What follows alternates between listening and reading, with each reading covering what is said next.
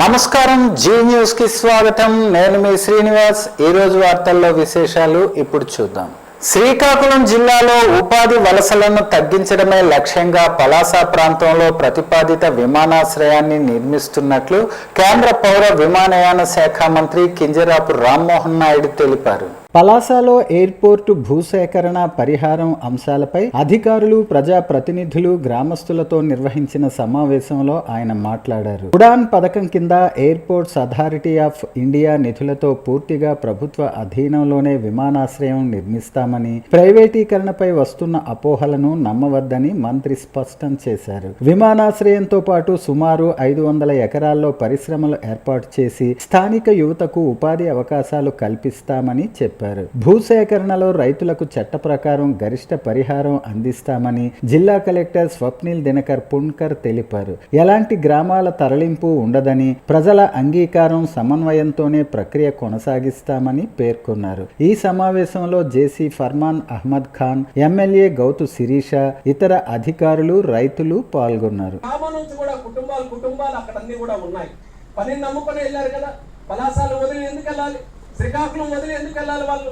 ఇలా ఎంతో మంది మన జిల్లాని వదిలి పనిని వెతుక్కుంటూ వాళ్ళందరికీ కూడా వెళ్తే ఎక్కడో చిన్న ఆశ, చిన్న వయసులో రాజకీయాల్లోకి వచ్చాం, నాకంటూ ఒక బాధ్యత ఉంది, కేవలం కొంతమందినే కాదు జిల్లాని కూడా అభివృద్ధి చేయాల్సినటువంటి బాధ్యత ఉంది. ఆ బాధ్యత ఒక ఆలోచన. కేంద్ర మంత్రిగా, విమానయాన శాఖకు మంత్రిగా ఉన్నప్పుడు నా దగ్గరికి ఎంతో మంది ముఖ్యమంత్రులు, ఎంతో మంది ఎంపీలు వచ్చి మా ప్రాంతంలో మీరు ఎయిర్పోర్ట్ పెట్టండి, మా ప్రాంతంలో మీరు ఎయిర్పోర్ట్ పెట్టండి అని అంటే ఎక్కడో స్వార్థం. దేశమంతా కూడా ఎయిర్పోర్టులు నిర్మిస్తున్నాం, ప్రధానమంత్రి గారితో అన్ని కూడా ఓపెన్ చేయిస్తున్నాం, మన ప్రాంతాల్లో చేయకుండా మిగిలిపోతే మళ్ళీ అవకాశం మన ప్రాంతానికి ఎప్పుడైనా వస్తుందా అనేటటువంటి చిన్న ఆవేదన నాకు కూడా ఉండి మన జిల్లాలో ఏర్పాటు చేయాలని ఒక నిర్ణయం తీసుకున్నాం. ఆ జిల్లాలో ఏర్పాటు చేయాలని నిర్ణయం తీసుకున్నప్పుడు కేవలం ఇక్కడనే కాదు, మొత్తం టెక్కలి దగ్గర నుంచి ఇచ్చాపురం వరకు కూడా చూడమన్నాం. అన్ని ప్రాంతాలు పర్యవేక్షణ చేయమన్నాం. అప్పుడే మీరు మధ్యలో చూసుంటారు, ఎక్కడ నుంచి మూవ్ అయ్యి మళ్ళీ సోంపేట వెళ్ళిపోతుంది, ఎక్కడ వెళ్ళిపోతుందేమో అని. కదా మధ్యలో వార్తలు వచ్చేయలేదు అలా కూడా. అంటే కేవలం ప్రయత్నం అనేది ఎక్కడనే కాదు, అన్ని దగ్గరలా చేయించాం. అన్ని దగ్గరలా చేయిస్తే పెద్దలు దీనికి సంబంధించిన వాళ్ళందరూ కూడా వచ్చి దీని మీద సర్వే చేసి, స్టడీ చేసి అన్ని రకాలుగా ఈ ప్రాంతం అయితే బాగుంటుందని అన్నారు. ఈ ప్రాంతం అయితే బాగుంటుందని అంటే మాకు కూడా కొంత బాధ ఉంటుంది. ఇక్కడ రైతులు ఉన్నారు, ఇక్కడ పొలాలు ఉన్నాయి, ఇక్కడ ఏమో చెట్లు ఉన్నాయి, వీళ్ళందరికీ కూడా ఎలా చేయాలని చెప్పి మొట్టమొదటిగా అప్పుడు ఏంటంటే మళ్ళీ ప్లాన్ ఇవ్వను. సరే, ఈ ప్రాంతంలో వస్తే ఈ ప్రాంతంలో ప్రజలకి ఇబ్బంది లేకుండా ఉండడానికి ఆ ప్లాన్ ఎలా వేయాలని చేస్తే మేము పట్టుబట్టి కూర్చొని ఒక్క ఇల్లు కూడా పోకూడదు, ఒక్క ఇల్లు పోయినా సరే ఇక్కడ ఎయిర్పోర్ట్ మనం చేయడానికి మనకి ఇబ్బంది అయిపోతుందని చెప్పి మొట్టమొదటిగా ఇల్లులు ఎక్కడ కూడా చేయలేదని అంటే, మొట్టమొదటిసారి దేశంలో ఎక్కడైనా సరే ఇలా చేసుంటే ఏదో ఒక ఇల్లు పోతుంది, కానీ మన దగ్గర మాత్రం ఇల్లులు పోకుండా మీ అందరూ కూడా ఎక్కడ ఉన్నారో అక్కడే ఉండే విధంగా. సాధారణంగా ఇంత పెద్ద ప్రాజెక్టు, 1000 ఎకరాలతో ప్రాజెక్ట్ అని అంటే కొన్ని ఊర్లు వస్తాయి, కొన్ని ఇల్లులు వస్తాయి, వాటన్నిటిని కూడా మళ్ళీ మూవ్ చేయాలి. సామాజిక సమానత్వం, మహిళా విద్య, అణగారిన వర్గాల అభ్యున్నతి కోసం జీవితాంతం పోరాడిన మహనీయుడు మహాత్మా జ్యోతిరావు పూలే అని శ్రీకాకుళం నియోజకవర్గ శాసనసభ్యులు గొండు శంకర్ అన్నారు. శ్రీకాకుళం నగరం ఆర్ట్స్ కళాశాల ప్రాంగణంలో రిటైర్డ్ అధ్యాపకులు మరియు స్టార్ వాకర్స్ క్లబ్ వ్యవస్థాపకులు గేదెల ఇందిరాప్రసాద్ సౌజన్యంతో ఏర్పాటు చేసిన జ్యోతిరావు పూలే విగ్రహావిష్కరణ కార్యక్రమానికి ఆయన ముఖ్య అతిథిగా హాజరై విగ్రహాన్ని ఆవిష్కరించారు. ఈ సందర్భంగా ఎమ్మెల్యే గొండు శంకర్ మాట్లాడుతూ 1827లో జన్మించిన జ్యోతిరావు పూలే కుల వివక్ష, అస్పృశ్యత, సామాజిక అన్యాయాలకు వ్యతిరేకంగా పోరాడిన గొప్ప సంఘ సంస్కర్త అని కొనియాడారు. మహిళల అభ్యున్నతికి విద్యే ప్రధాన ఆయుధమని భావించి తన భార్య సావిత్రిబాయి పూలేతో కలిసి బాలికల కోసం తొలి పాఠశాలను ప్రారంభించటం చారిత్రక ఘట్టమన్నారు. 1873లో సత్యశోధక సమాజాన్ని స్థాపించి సమాజంలో సమానత్వం, సామాజిక న్యాయం కోసం ఉద్యమించిన పూలే ఆశయాలు నేటి తరానికి మార్గదర్శకమని పేర్కొన్నారు. అణగారిన వర్గాలు, రైతులు, మహిళల హక్కుల కోసం ఆయన చేసిన కృషి ఎప్పటికీ స్ఫూర్తిగా నిలుస్తుందని అన్నారు. విద్య, సమానత్వం, మానవతా విలువలను ప్రతి ఒక్కరూ ఆచరించాలని ఎమ్మెల్యే పిలుపునిచ్చారు. జ్యోతిరావు పూలే చూపిన మార్గంలో నడుస్తూ సమాజ అభివృద్ధికి ప్రతి ఒక్కరూ భాగస్వాములు కావాలని కోరారు. ఈ కార్యక్రమంలో శ్రీకాకుళం ఆర్ట్స్ కళాశాల ప్రిన్సిపల్ డాక్టర్ ఎన్ఎస్ఎన్ స్వామి, కళాశాల అధ్యాపకులు, ఎన్సిసి విద్యార్థులు, జర్నలిస్ట్ ఫోరం రాష్ట్ర కార్యదర్శి Seshapu Joginaidu, star walkers club మరియు వనితా వాకర్స్ క్లబ్ ప్రతినిధులు Goli Umamaheswararao, Gedela Lakshmi, P Ushasri, P Eswararao, Duvvu Krishnarao, TDP నేతలు రెడ్డి గిరిజాశంకర్, రౌతు సంతోష్, పలువురు ప్రజా ప్రతినిధులు, నాయకులు, పూలే అభిమానులు, స్థానికులు పాల్గొని మహాత్మా జ్యోతిరావు పూలేకు ఘన నివాళులర్పించారు. సుమారు 500-600 మంది వాకర్స్ క్లబ్ను ముందుకు తీసుకెళ్ళడం, ఎన్నో రకాలైనటువంటి ఇక్కడ సామాజిక కార్యకలాపాలు చేయడం. అలాగే ఇప్పుడే నాకు తెలిసింది వివేకానంద స్వామి వివేకానంద దగ్గర కూడా అప్పట్లో మీరే 5 రచ్చబండ్లు కట్టారు. 5 రచ్చబండ్లు ఇక్కడే. ఓకే. సో ఈ కళాశాల మీద మీకున్న మక్కువ, మీరు ఒక ఓల్డ్ స్టూడెంట్ గా ప్లస్ ఇక్కడ పనిచేసిన దీనిగా, అలాగే మేడం గారు కూడా ఇక్కడ పనిచేశారు అన్నారు. సో చాలా సంతోషం. ఎందుకంటే ఇలాంటి మహానుభావుడి విగ్రహం ఇక్కడ ఈ స్టూడెంట్స్ మధ్యలో ఉండాలి. అది చూస్తే ఒక రకమైనటువంటి మనకి ఆ సామాజిక స్పృహ కలగాలి. ఎందుకంటే బడుగు బలహీన వర్గాల కోసం ఆయన చేసిన సేవలు అప్పట్లో మనకి ఆయన చైతన్యవంతం చేయడం కానీ, అలాగే సావిత్రిబాయి పూలే గారు కూడా ఫస్ట్ మహిళా టీచర్గా ఉండడం, ఆడవారికి కూడా చదువు కావాలని వాళ్ళు తీసుకొచ్చిన సంస్కరణలు ఈరోజు బడుగు బలహీన వర్గాల వారికి ఎంతో ఉపయోగకరం, ఎంతో ఈరోజు అవన్నీ ఉన్నాయంటే ఇక్కడ ఉద్యోగం చేశాను కనుక నాకు ఈ అవకాశం ఇచ్చిన ముందుగా ప్రిన్సిపల్ గారు, మరి మా గౌరవనీయులు, మా ఊరు మనవడు honourable state minister, national minister Shri Kinjarapu Rammohan Naidu గారికి నేను హృదయపూర్వక ధన్యవాదాలు, నమస్కారాలు తెలియజేస్తున్నాను. ఆ తర్వాత మన ఆత్మీయ బంధువు, ప్రజల్లో మమైక్యమై పనిచేస్తున్న వ్యక్తి మన ఎమ్మెల్యే గారు. ప్రజలతోటే ఉంటారు, ఇప్పుడు ప్రజలతోటే పనిచేస్తారు. అందుకే ఆయనకి అంత మెజార్టీ రావడం, ఎమ్మెల్యే వెంటనే మేము ఆయనకి ఈ గ్రౌండ్లోనే సన్మానం చేయడుగా జరిగింది. ఎందుకంటే ప్రజల మనిషి కనుకనే ఆయనకి ఎంత మెజార్టీ వచ్చిందని నేను భావిస్తున్నాను. మరి ఆయన ఇంకా ఇక్కడే ఎమ్మెల్యే ఉంటూ, అలాగే మన ఎంపీ గారు కూడా ఇక్కడే ఎంపీగా ఇంకా ఉంటూ, ఇంకా సెంట్రల్ మినిస్టర్గా ఉంటూ మన శ్రీకాకుళం జిల్లాకి అద్భుతమైన సేవ చేస్తారని హృదయపూర్వకంగా నమ్ముతున్నాను. అలా చేస్తారు కూడా వారు. అటువంటి వ్యక్తులు మన శ్రీకాకుళానికి కనుక వారికి స్వాతంత్ర పోరాటంలో జననాయక్ డాక్టర్ చౌదరి సత్యనారాయణ సేవలు చిరస్మరణీయమని జడ్పీ మాజీ చైర్పర్సన్ చౌదరి ధనలక్ష్మి అన్నారు. ఆయన 118వ జయంతి సందర్భంగా నగరంలోని శాంతినగర్ గాంధీ మందిరం, స్వాతంత్ర సమరయోధుల స్మృతివనంలో నిర్వహించిన కార్యక్రమంలో ఆమె మాట్లాడారు. జమీందారు కుటుంబంలో జన్మించినప్పటికీ జమీందారీ వ్యవస్థకు వ్యతిరేకంగా పోరాడిన గొప్ప వ్యక్తి చౌదరి సత్యనారాయణ అని కొనియాడారు. తామ్రపత్ర పురస్కారం పొందిన అరుదైన స్వాతంత్ర సమరయోధుల్లో ఆయన ఒకరని తెలిపారు. సీనియర్ పాత్రికేయులు కొంక్యాన వేణుగోపాలరావు, రత్నాల నరసింహమూర్తి మాట్లాడుతూ ప్రజాసేవ, బడుగు బలహీన వర్గాల సంక్షేమం కోసం ఆయన చేసిన కృషిని గుర్తు చేశారు. ఈ సందర్భంగా చౌదరి సత్యనారాయణ కుటుంబం సభ్యులను గాంధీ మందిర కమిటీ ప్రతినిధులు సత్కరించారు. ఈ కార్యక్రమంలో పలువురు కుటుంబ సభ్యులు, గాంధీ మందిర ప్రతినిధులు, విద్యార్థినులు పాల్గొన్నారు.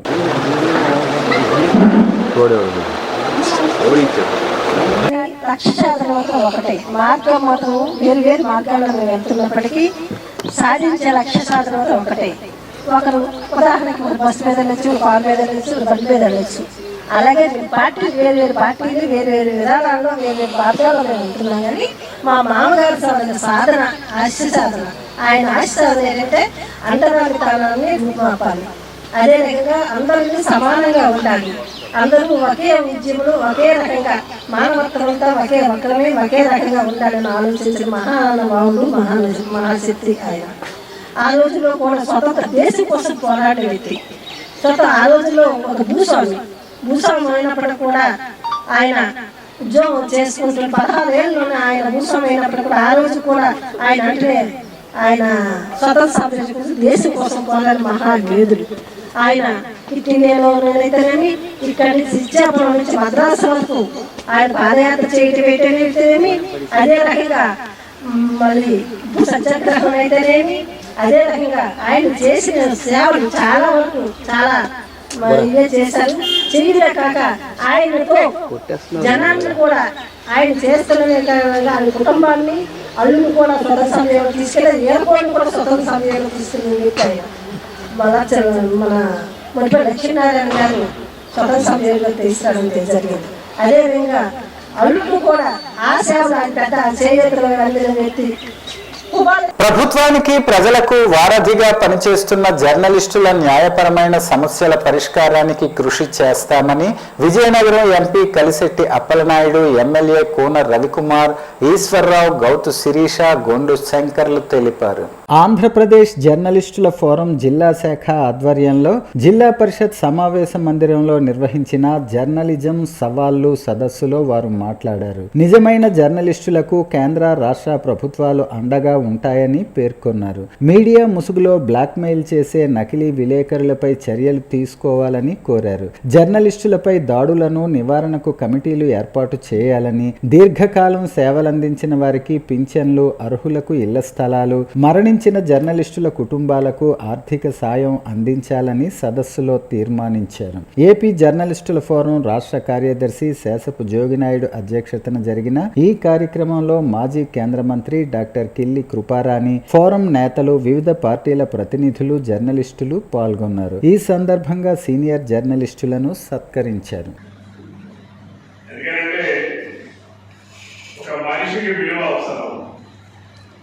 విలువలతో కూడుకున్న సమాజం రావాలంటే ఆ సమాజంలో ఉన్నటువంటి అన్ని రంగాలు కూడా విలువలతో కూడుకున్నదే ఉండాలి. మనం అందరం కూడా మనకుండే ఆలోచన, హ్యూమన్ సైకాలజీ టెండెన్సీ ఏంటంటే వాడు మంచోడ్రా, వీడు మంచోడ్రా, ఆడు మంచోడ్రా అని మాట్లాడడం. అంటే మనం చదవాలి.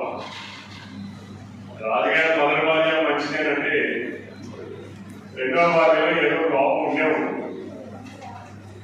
అలా మనం మంచిని చూడడానికి కాదు, మనందరం మంచిగా ఉండడానికి ప్రయత్నించాలి. ప్రతి ఒక్కరం కూడా సెల్ఫ్ డిసిప్లైన్ ఉండాలి, సెల్ఫ్ ఉండాలి. అన్నిటికన్నా ఇప్పుడు కష్టమైనది ఏంటంటే, అన్నిటికన్నా కష్టమైంది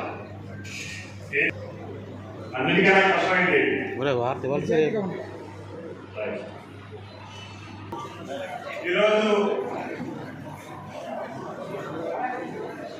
మనమందరం కూడా సామాజిక బాధ్యతలో ఎదుగుతూ ఉన్నాం. ఏంటంటే కూడా మన జర్నలిస్టులు ఆర్టికల్స్ కానీ, జర్నలిస్టుపై వచ్చిన అభియోగాలు కానీ, జర్నలిస్టుపై వచ్చిన ప్రశంసలు కానీ అదే శ్రేయస్ని ముందుకెళ్తున్నాం. మన జర్నలిస్ట్ సోదరులకి ఇప్పుడే చాలా గొప్పగా మాట్లాడుతూ వారు చెప్పే విషయాలు కూడా ప్రసాదం చేయాలి. వృత్తిపరంగా ఎన్నో ఇబ్బందులు ఉన్నా సరే కవరేజ్ కోసం తీరు చూస్తే ఒకసారి బాధ వేస్తుంది. కుటుంబ సభ్యులకి న్యాయం చేయలేక ఆర్థిక ఇబ్బందులతో సతమతమవుతూ ఒక బాధ్యత వృత్తుల్లో వాళ్ళు చాలా మంది ఉన్నారు.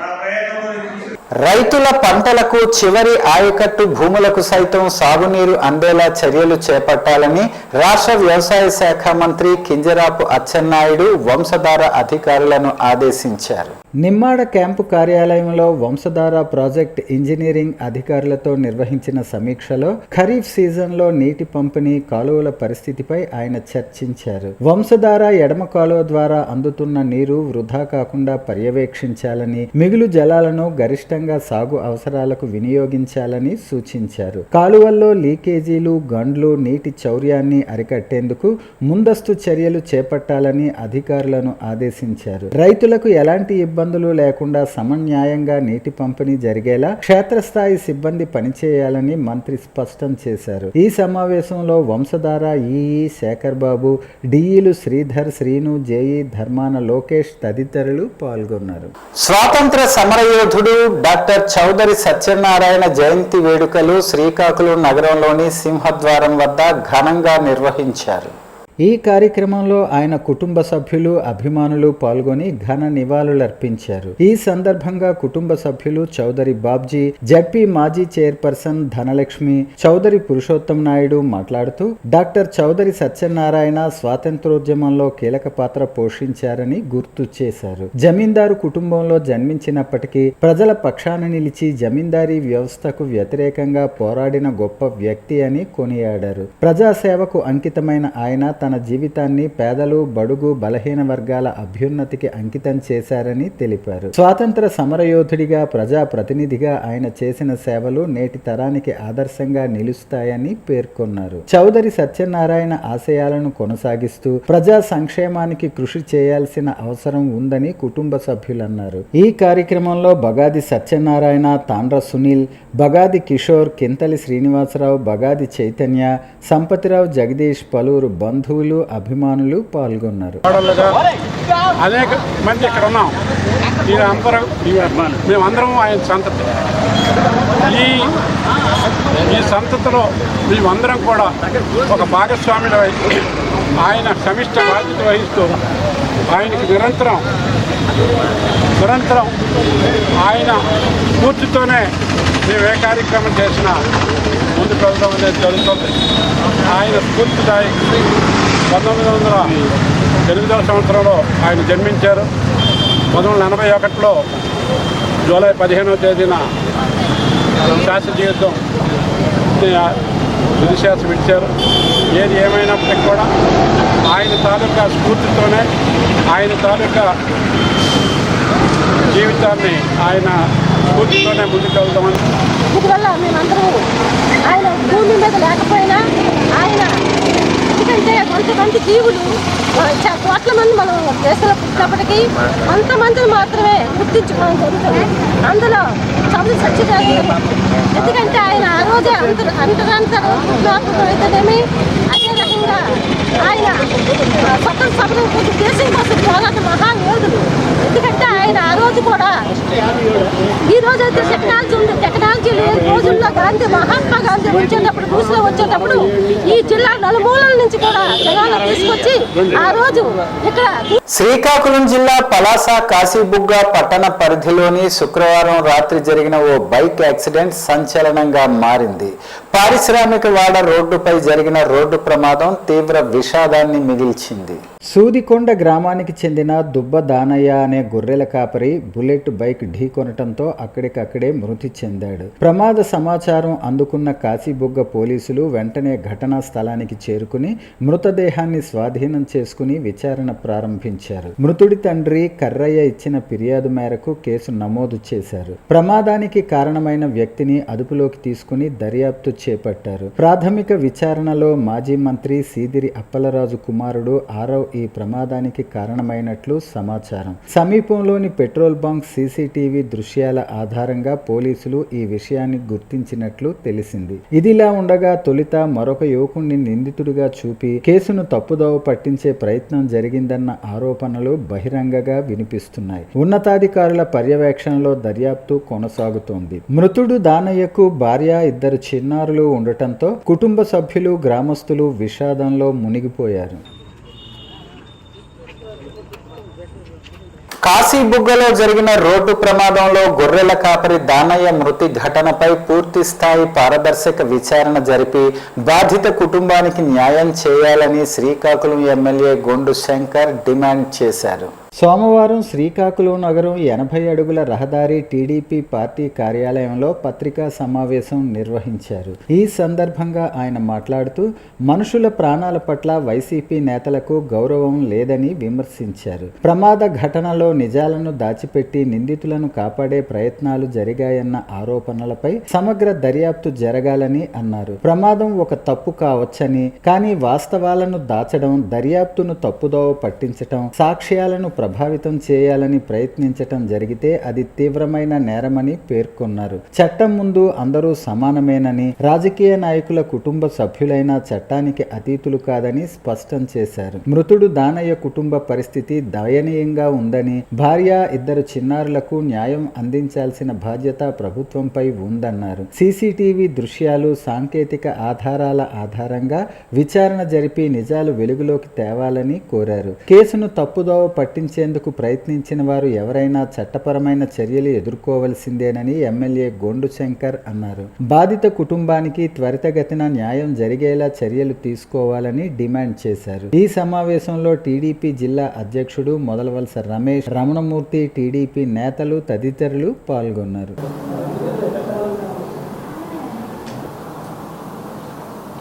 ఇప్పుడు ఒక యాక్సిడెంట్ విషయంలో మాజీ మంత్రి సీదిరి అప్పలరాజు కుమారుడు యాక్సిడెంట్ చేసి ఒక వ్యక్తి చనిపోవడానికి కారణమైతే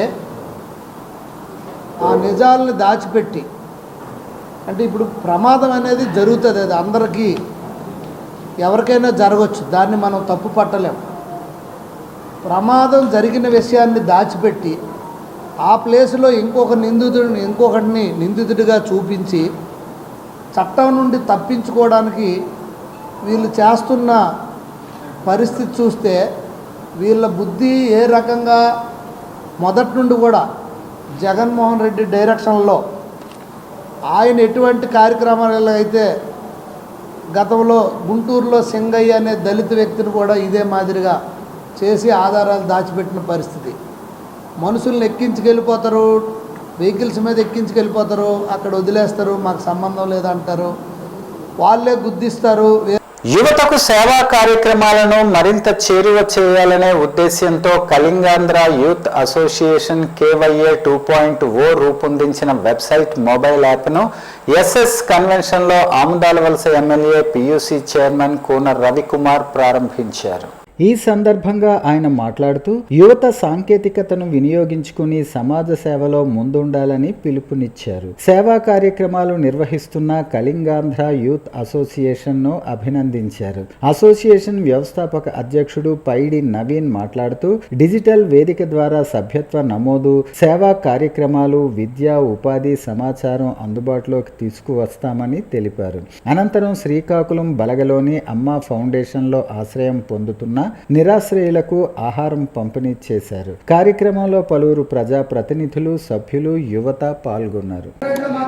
రాష్ట్రంలో ఎరువుల కొరత ఏర్పడి రైతులు తీవ్ర ఇబ్బందులు ఎదుర్కొంటున్నారని వైఎస్ఆర్సీపీ సమన్వయకర్త పేరాడ తిలక్ ఆరోపించారు. సోమవారం శ్రీకాకుళం నగరం ఒక ప్రైవేటు హోటల్లో పత్రికా సమావేశం నిర్వహించారు. ఈ సందర్భంగా ఆయన మాట్లాడుతూ వ్యవసాయ శాఖ మంత్రి అసమర్థత వల్లే ఎరువుల పంపిణీ కేంద్రాల్లో సమస్యలు తలెత్తుతున్నాయని విమర్శించారు. ఎరువులు, విత్తనాలు సకాలంలో అందించడంలో టీడీపీ కూటమి ప్రభుత్వం విఫలమైందని అన్నారు. ఆర్బీకే కేంద్రాల్లో ఎరువుల కొరత కారణంగా రైతులు ఇబ్బందులు పడుతున్నారని, సరైన ఏర్పాట్లు లేకపోవడంతో తొక్కిసలాట ఘటనలు చోటు చేసుకుంటున్నాయని పేర్కొన్నారు. ఎరువుల కోసం జరిగిన తొక్కిసలాటలో మృతి చెందిన మహిళా రైతు కుటుంబానికి ప్రభుత్వం తక్షణమే పరిహారం అందించి న్యాయం చేయాలని డిమాండ్ చేశారు. రైతులకు అవసరమైన ఎరువులు, విత్తనాలు అందుబాటులో ఉండేలా చర్యలు తీసుకోవాలని ప్రభుత్వాన్ని కోరారు. వ్యవసాయ శాఖ మంత్రి నుంచి ముఖ్యమంత్రి వరకు కూడా వ్యవసాయం మరి అవసరం లేదని చెప్పి ప్రచారం చేస్తున్నారు. ఈ రాష్ట్రంలో కాదు, దేశం మొత్తం మీద 64% మంది రైతులు వ్యవసాయం మీద ఆధారపడి జీవిస్తుంటే వ్యవసాయం ముద్దని మీరు చెప్తున్నారు. 50 సెంట్లున్న ముసలిరా, ఆ ముసలి, ఆ వృద్ధురాలు కాంతమ్మ అనే ఆమె కేవలం తన పిల్లలకి పోషకర్తనకు, తన జీవనాని కోసం ఒక బస్తా యూరియా దొరికితే చాలు అని చెప్పి వెళ్ళడం జరిగింది. మీరు వ్యవసాయం వద్దని చెప్పి ప్రచారం చేస్తున్నారు. ఈ రాష్ట్రంలో, దేశంలో కానీ 40% మంది ఎకరా లోపు భూములు ఉన్న వాళ్ళే. ఎకరా లోపు భూములు ఉన్న రైతులు మీరు వ్యవసాయం వద్దంటే వాళ్ళు ఏం తిని బతకాలో చెప్పండి అని ఈ సందర్భం మీకు అడుగుతున్నాం. ఈ మంత్రులకు అడుగుతున్నాం, మీరు చెప్పండి ఏం తిని బతకాలో వాళ్ళు. శ్రీకాకుళం నగరంలోని మత్స్యశాఖ కార్యాలయ ఆవరణలో ఉన్న పాడుపడిన భవనంలో గుర్తు తెలియని వ్యక్తి మృతదేహం లభ్యమైంది. దుర్వాసన రావటంతో అధికారులు స్థానికులు పరిశీలించగా కుళ్ళిపోయిన స్థితిలో మృతదేహం కనిపించింది. సమాచారం అందుకున్న శ్రీకాకుళం టౌన్ పోలీసులు ఘటనా స్థలానికి చేరుకుని క్లూస్ టీం సహాయంతో ఆధారాలు సేకరించారు. అనంతరం మృతదేహాన్ని పోస్టుమార్టం నిమిత్తం రిమ్స్ కు తరలించారు. ఈ ఘటనపై కేసు నమోదు చేసి పోలీసులు దర్యాప్తు చేపట్టారు. మృతుడు సుమారు వారం రోజుల క్రితమే మృతి చెంది ఉండవచ్చని పోలీసులు ప్రాథమికంగా అంచనా వేస్తున్నారు. మృతుడి వివరాలు, మృతికి గల కారణాలను తెలుసుకునేందుకు పోలీసులు విచారణ కొనసాగిస్తున్నారు.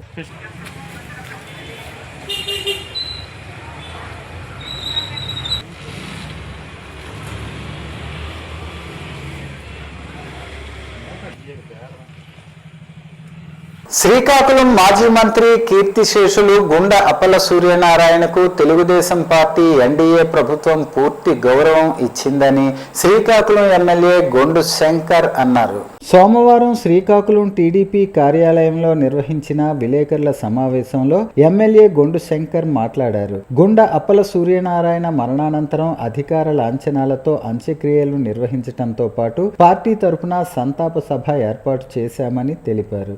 అదే సభలో ఆయన విగ్రహాన్ని శ్రీకాకుళం పట్టణంలో ఏర్పాటు చేస్తామని ప్రకటించామని చెప్పారు. విగ్రహం ఏర్పాటుకు తగిన స్థలాన్ని ఎంపిక చేసి త్వరలోనే మంత్రులు, కూటమి నాయకుల సమక్షంలో ఆవిష్కరిస్తామని వెల్లడించారు. తనను సంప్రదించకుండా పార్టీ పేరుతో కొందరు కార్యక్రమాలు నిర్వహించటం సరికాదని, గందరగోళం సృష్టించే ప్రయత్నాలపై తమ వద్ద సీసీటీవీ ఫుటేజీలు, ఫోటోలు ఉన్నాయని అన్నారు. గత 2 ఏళ్లలో చేపట్టిన అభివృద్ధి, సంక్షేమ కార్యక్రమాలపై త్వరలో ప్రత్యేక మీడియా సమావేశం నిర్వహిస్తానని తెలిపారు. పార్టీ ఇచ్చిన హామీకి కట్టుబడి గుండ అప్పల సూర్యనారాయణ విగ్రహాన్ని తప్పకుండా ఏర్పాటు చేస్తామని ఎమ్మెల్యే గొండు శంకర్ స్పష్టం చేశారు. పూర్తిగా గౌరవం ఉంది. ఆయన చేసిన సేవలు మరువలేనివి. ఆయన పార్టీకి కానీ శ్రీకాకుళం నియోజకవర్గానికి కానీ చేసిన సేవలు మరువలేనివి. మాకు ఆయన సంతాప సభ మేము ఇక్కడ పార్టీ పరంగా పెట్టడం జరిగింది. ఆ రోజు 3వ రోజే పెట్టడం జరిగింది. దానికి ముఖ్య అతిథులుగా జిల్లా పార్టీ అధ్యక్షులు పిలిచాము. అందరు ప్రజాప్రతినిధులు, తెలుగుదేశం పార్టీ అభిమానులు, అప్పల సూర్యనారాయణ గారి అభిమానులు అందరూ రావడం జరిగింది. ఆ రోజు మేము స్పష్టంగా మాట ఇవ్వడం జరిగింది. ఆయన తాలూకా విగ్రహాన్ని శ్రీకాకుళం పట్టణంలో గౌరవ రాష్ట్ర మంత్రివర్యులు, కేంద్ర మంత్రివర్యులు, జిల్లా కలెక్టర్ గారు అందరితో చర్చించి మేము ఒక ప్లేస్ని సెలెక్ట్ చేసి చేస్తామనడం జరిగింది. ఈ లోపల కొంతమంది మరి ఎందుకో నాకైతే నేను ఇక్కడ ఒక ప్రజాప్రతినిధిగా, ఒక ఎమ్మెల్యేగా నేను తెలుగుదేశం పార్టీ తరఫున రిప్రజెంట్ చేస్తున్నాను. కూటమి ప్రభుత్వం తరఫున నేను ఇక్కడ ఎమ్మెల్యేగా ఉన్నాను. నాకు ఎటువంటి రిప్రజెంటేషన్ ఎవరు ఇవ్వలేదు. నాకైతే తెలీదు. తెలుగుదేశం పార్టీ అని చెప్పుకొని తిరుగుతున్న వారు మరి నేను ఏ పార్టీ? నేను తెలుగుదేశం పార్టీ కదా, నాకు వచ్చి చెప్పొచ్చు కదా. అంటే ఇక్కడ ఏంటి మాకు వార్తలు సమాప్తం. మళ్ళీ తర్వాత బులెటిన్లో కలుసుకుందాం. నమస్కారం.